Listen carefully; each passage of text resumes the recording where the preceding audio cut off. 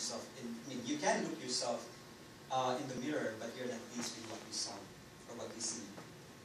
We are turning back. Our life seems to be not going forward.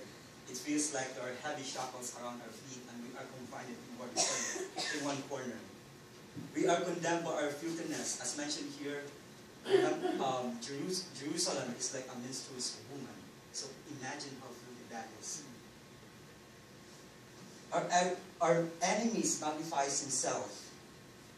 So we always think that we can't really master our sin. It seems that our past is hunting us. It seems that we don't believe that right now we are a new creature. It's because we refuse to turn to Jesus. Instead of turning back to Jesus every time we feel defeated, we turn to the world.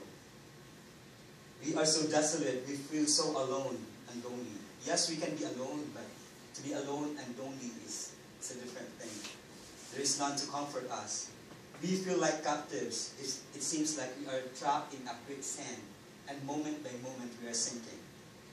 We are deceived and betrayed, not just by even by our families and friends. It's because they themselves don't have Jesus, and that's the way of the world. Yes, it is really a cruel and a wicked world out there where dogs eat dogs, right? And it's really sad if even our families do this. And we are in distress. We are sick of tired of being sick and tired.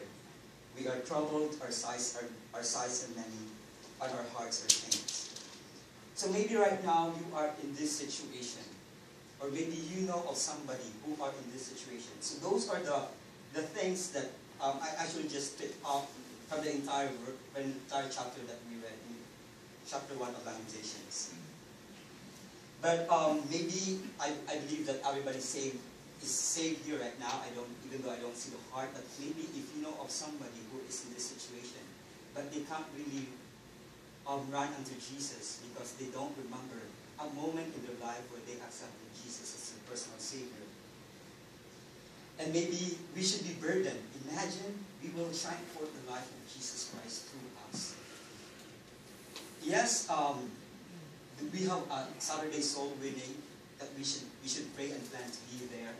We can pray if we can't be there for whatever reason. As long as you know in your heart that you're just not making excuses, we can pray.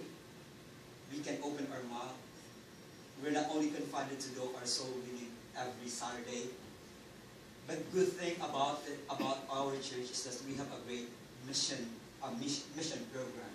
Yes, we may see souls being win right now here here in New York, but we have missionaries that we support. So I don't really have an excuse to not be able to take part of this great ministry of soul winning. So yes, we can go out there and give tracts. That's a very good thing, and it's also encouraging. It's also encouragement for us and to pastor and to whoever. We can pray for our missionaries. We can pray for each other. We can pray for our pastor, and then we can be faithful with our mission giving. Then let's see here. Or maybe right now you are saved, but praise God that nothing can unsave us. But you are in this miserable situation. You're running away from our bridegroom. Brothers and sisters, stop running and go back. The good thing about our Christian life is that at any point we can start all over again. And He is the God that we're serving is the Father of that prodigal son. Every time that we turn back to Him, He can always restore the joy of our salvation. So I think at this, let me just read to you the story of this prodigal son. It is very familiar, but I think it is just the best time to be reminded of how faithful our Father is, despite of our faithfulness. So it says here, a certain man had 2 sons, and the younger often said to his father, Father, give me the portion of the son that falleth to me. And he divided unto him his living. And not so many days after, the younger son gathered all together and took his journey to a far country, and there wasted his substance regardless of living. And when he spent all these, there arose a mighty famine in the land, and he began to be in want. And he went and joined himself to a citizen of that country, and he set him into his field to feed swine. And he would fain have filled his belly with the husks that the swine did eat, and no man gave unto him. And when he came to himself, he said, How many hired servants of my father's have bread enough to spare, and I perish with hunger? I will arise and go to my father, and will say unto him, Father, I have sinned against heaven and before thee, and am no more worthy to be called thy son, and make me one of thy hired servants. And he rose and came to his father. And church, listen to this. This is the Father that we're serving, or this is the God that we're serving. But when he was yet a great way off, his father saw him and had compassion and ran and fell on his neck and kissed him. And the son said unto him, Father, I have sinned against heaven in thy sight. I am no more worthy to be called thy son. But the father said to his servants, Bring forth the best robe and put it on him, and put a ring on his hand and shoes on his feet. And bring hither the fatted calf, and kill it, and let us eat and be merry. For this my son was dead, and is alive again. He was lost, and he is found. And they began to be merry. So imagine that. That is the Father. So why run? Why go to the world?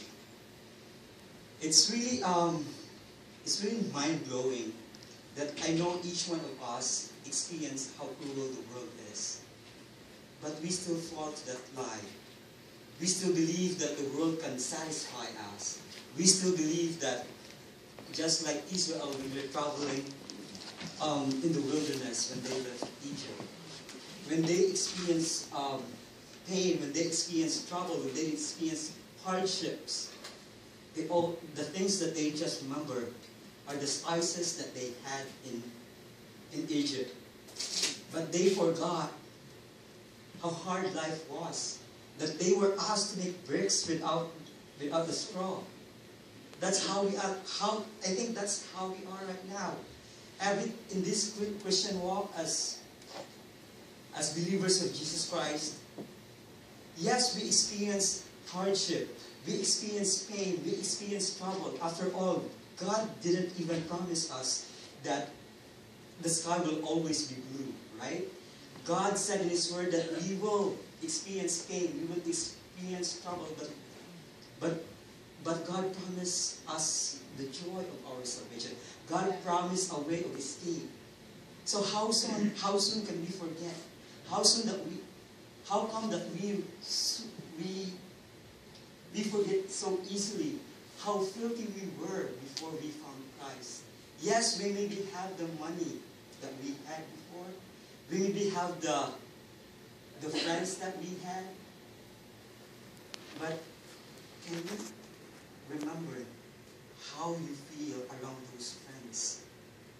That despite of how crowded your party was, you still feel so lonely. Despite of the money that you have, but you're willing to pay or to spend all that you have just to have that kind of peace, that kind of joy, that kind of life that you have right now that you have Jesus Christ. Yes, we forget so easily. It's because we became unfaithful. It is because we took our salvation for granted. It is because we took our bridegroom for granted. Right? Or maybe right now you're saved, everything is doing well, but you know in your heart that you're running away from God. My brothers and sisters, don't wait that you will experience all these forms of miseries before you get right with God. Or maybe right now you're on fire for God, serving Him joyfully. These are the warnings that if we let go of Him, that if you will